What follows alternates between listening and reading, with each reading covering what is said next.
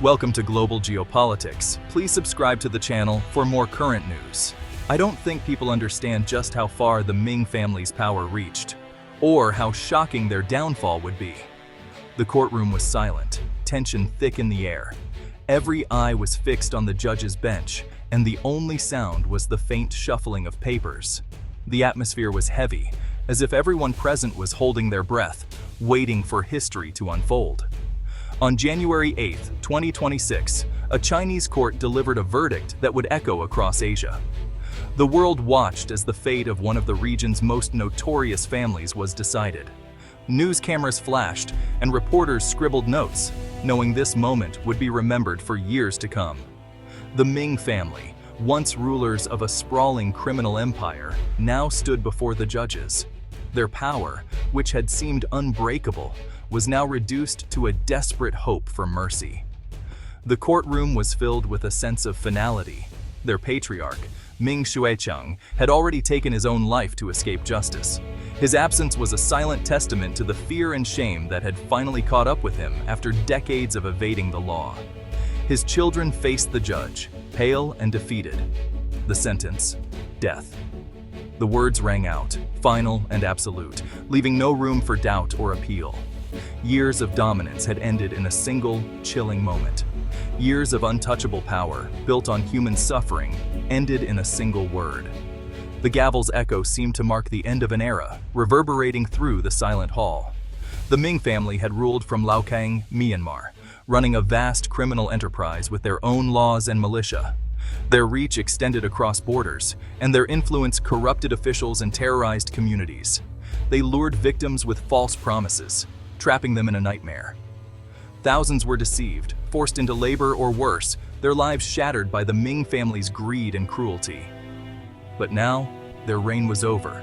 The empire they built on fear and exploitation had crumbled, leaving only empty rooms and seized assets behind.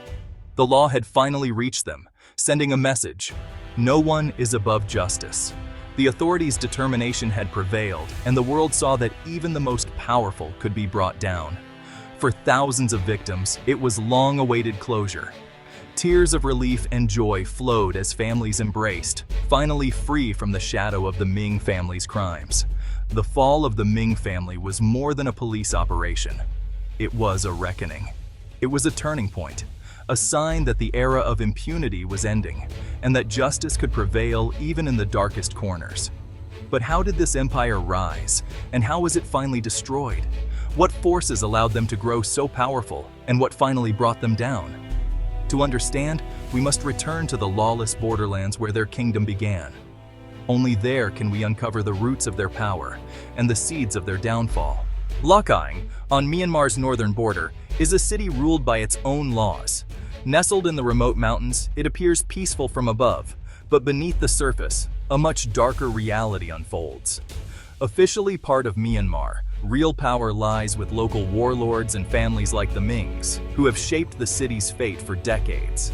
The Ming family controlled land, businesses, and their own armed militia. Their influence stretched into every corner of daily life, making them untouchable. Laogang became a haven for crime.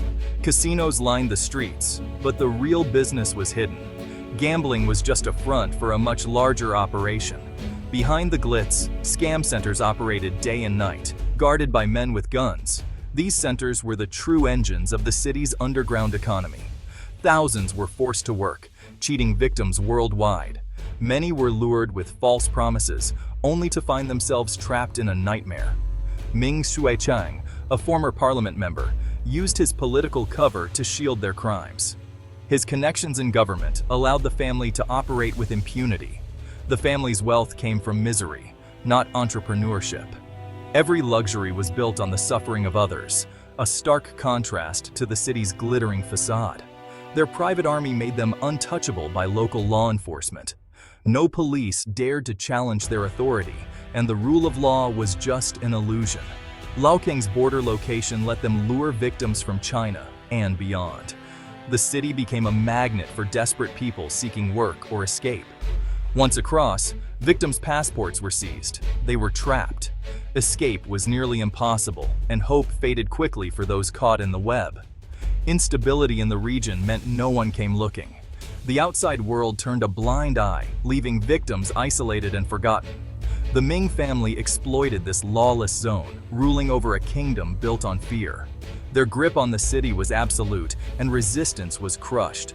Their victims became slaves in a relentless money-making machine. Day and night, they toiled under constant surveillance, with no escape in sight. This was the dark foundation of their empire, a city where hope was stolen and fear reigned supreme. The Ming Empire thrived on illegal gambling, online scams, and human trafficking. Casinos laundered money, but the real profits came from massive online fraud centers.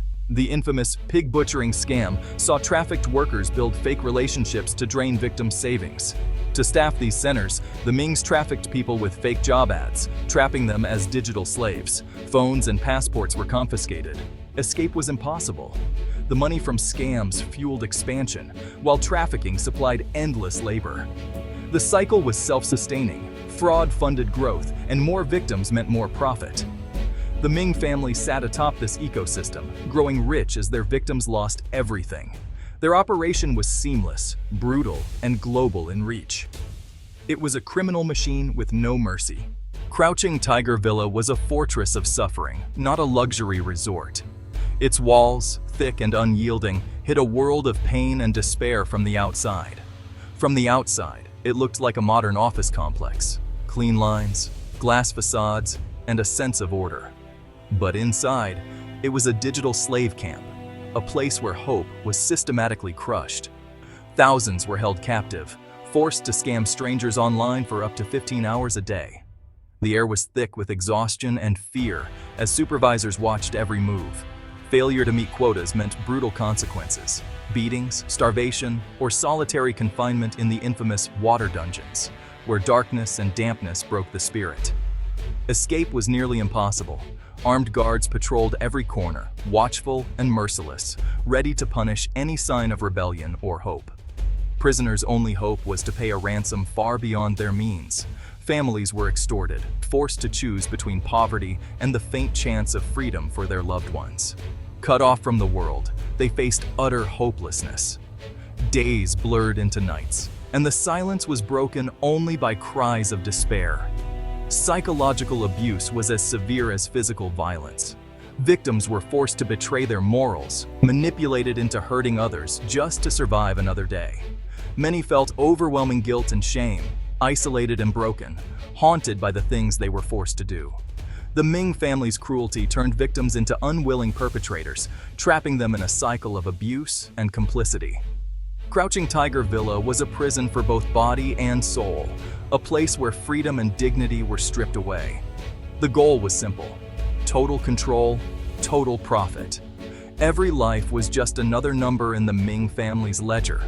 This was the heart of the Ming family's darkness, a place where humanity was sacrificed for greed and power.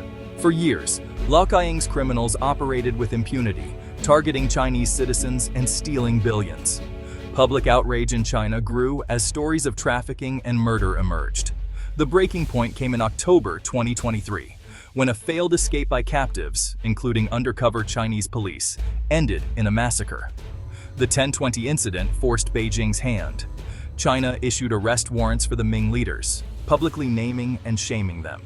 Beijing pressured Myanmar's Junta Act, or face economic and diplomatic consequences. The message was clear: hand over the Mings or pay the price. Myanmar, isolated and vulnerable, agreed to cooperate. Joint crackdowns began, and the warlords of Lau Ka-ying found themselves cornered. The dragon had awoken, and its fire was aimed at the Ming Empire. The walls of their criminal kingdom were about to fall. Justice was coming, fast. The crackdown hit Lau Ka-ying like a storm. Myanmar's military, backed by China, surrounded the scam compounds. The Ming family's private militias were quickly overwhelmed. For thousands trapped inside, the sound of soldiers meant hope. The Ming Empire collapsed in days. Guards fled, businesses shut, power vanished. Ming Shui-chang, facing capture, took his own life. His children, Ming Guoping, Ming Julan, and Ming Zhenjian, were caught trying to escape. Images of their arrest showed the once mighty family defeated and powerless. Their billion-dollar empire vanished overnight. The arrests sent shockwaves through the criminal underworld. China had shown it would cross borders to protect its people. The fall of the Mings was a warning. No one is untouchable. A new era of justice had begun. The surviving Mings were extradited to China, a public symbol of international cooperation. Their trial showcased overwhelming evidence, testimony from victims, financial records, and details of their crimes. Charges included massive fraud, human trafficking, and murder. The defense crumbled. The Mings were exposed as masterminds of a brutal slave and scam operation. In early 2026, the court handed down death sentences. The verdict sent a powerful message: justice would be relentless. The crackdown didn't just end the Ming family's reign. Tens of thousands of trafficked workers were rescued and repatriated. Lau Ka-eng's compounds were emptied. The city left a ghost town. The operation dismantled a major crime hub. But the fight was far from over. Cybercrime and trafficking, like a virus, would soon find new ground. Destroying Lau Ka-eng's crime hub was a victory, but not the end. Criminal syndicates adapt, moving operations to new lawless zones. As Myanmar cracked down, scam centers popped up in Cambodia, Laos, and the Philippines. The business model was too profitable to die. Traffickers targeted victims from Africa, South America, and beyond, making the crime harder to track. The networks became more international and decentralized. Law enforcement faced a global game of whack-a-mole. Each new country brought new legal and diplomatic challenges. Criminals exploited gaps between jurisdictions. As long as desperation exists, so will these crimes. The fall of the Mings was just one battle in a much larger war. The Ming family's story exposes the dark side of our connected world. Technology enables new forms of slavery and cruelty. The crackdown brought justice, but the fight is far from over. Have we stopped the crime or just pushed it elsewhere? The root problem is desperation and inequality. As long as people seek better lives, predators will exploit them. The fight isn't just about arrests. It's about education, awareness, and global teamwork. Nations must share intelligence and close legal loopholes. Tech companies must police their platforms. The fall of the Mings is a warning, not a conclusion. The hunt for justice continues, and we cannot afford to stop.